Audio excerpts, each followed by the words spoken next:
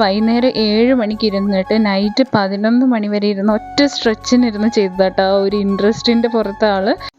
അപ്പം നമ്മുടെ സമ്മർ തീരാറായി, നമ്മൾ പാർക്കിൽ പോവാതായപ്പോൾ നമ്മുടെ സായിക്കുട്ടൻ്റെ പുതിയതായിട്ടുള്ള ഒരു ഇഷ്ട വിനോദമാണ് കേട്ടോ ഇതുപോലെയുള്ള ലെഗോ പസിൽസ് വെച്ചിട്ട് ഓരോ ടോയ്സ് റെഡിയാക്കുന്നത്.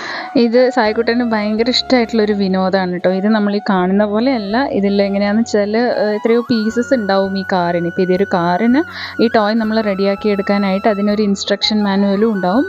അത്രയും ഒരു 300-350 പീസുകളും ഉണ്ടാവും. അപ്പോൾ ആ പീസുകൾ നമ്മളിങ്ങനെ ഇരുന്ന് ഇതിങ്ങനെ സെറ്റ് ചെയ്തത് അങ്ങനെ ഇത് നമ്മളൊരു ടോയ് ആക്കി കൺവേർട്ട് ചെയ്തെടുക്കും. പക്ഷേ ഇതിന് ഒത്തിരി സമയം വേണം കേട്ടോ. അപ്പം മോൻ തന്നെ ഇപ്പം അന്നൊരു വൈകുന്നേരം 7 മണിക്ക് ഇരുന്നിട്ട് നൈറ്റ് 11 മണി വരെ ഇരുന്ന് ഒറ്റ സ്ട്രെച്ചിനിരുന്ന് ചെയ്തതാട്ടോ. ആ ഒരു ഇൻട്രസ്റ്റിൻ്റെ പുറത്ത് ആള് ഉറങ്ങാതെ നൈറ്റ് അത് തീർന്നിട്ടാണ് അന്ന് ഉറങ്ങിയത് കേട്ടോ.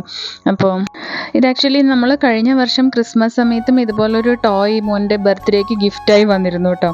അത് ചെയ്യാനായിട്ട് 2-3 ദിവസം എടുത്തു. അത് നമ്മളെല്ലാവരും ഹെൽപ്പ് ചെയ്തായിരുന്നു. എന്നാലും ഇത് നമ്മൾ ആരും ഹെൽപ്പ് ചെയ്തില്ല. മോൻ തന്നെ ഇരുന്ന ഇൻസ്ട്രക്ഷൻ നോക്കി തന്നെ വായിച്ചെടുത്തിരുന്ന് ചെയ്തതാണ് കേട്ടോ. പിന്നെ ആൺകുട്ടികളായതുകൊണ്ട് അവർക്ക് വണ്ടികളോടൊക്കെ ഒരു പ്രത്യേക താല്പര്യം ഉണ്ടാവുമല്ലോ. അപ്പം അതിൻ്റെ ഒരു ഇതിലാണ് ആൾ ഇത് ഇരുന്ന് ചെയ്തതും കൂടെ.